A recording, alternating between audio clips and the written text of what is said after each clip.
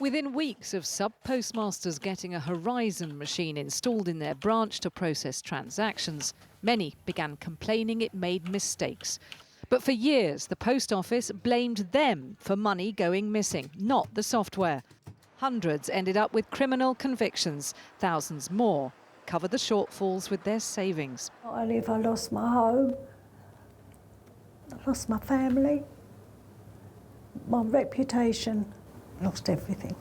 Sue was cleared at her trial, but still financially ruined. You can't compensate me for what I've been through. You can't. But why can't I have a nice rest of my life?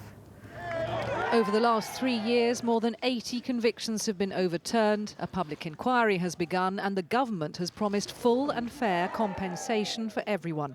But today, the inquiry's chair branded the payout schemes a patchwork quilt with holes.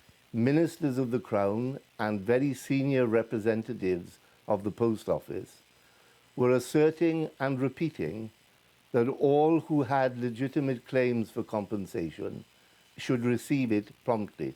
In my view, it was part of my remit to ensure that His Majesty's government and the Post Office made good on those promises. So today, Sir Wynne has made a series of recommendations that he thinks will remove the obstacles that claimants say they are facing. And he has issued ministers and post office bosses with a warning that if they try to wriggle out of the promises that they have spent the last 3 years repeating, they are likely to face, in his words, withering criticism. Ministers say they'll consider how to respond to the recommendations. This has been going on now for 2 decades, over 2 decades, and justice delayed is justice denied.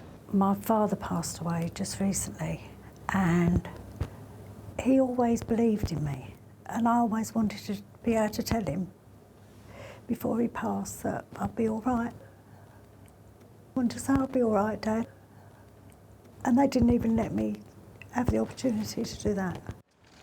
The Horizon scandal is the most widespread miscarriage of justice ever, with a compensation bill eventually expected to top £1 billion. And now the government has been called out for dragging its feet about paying out.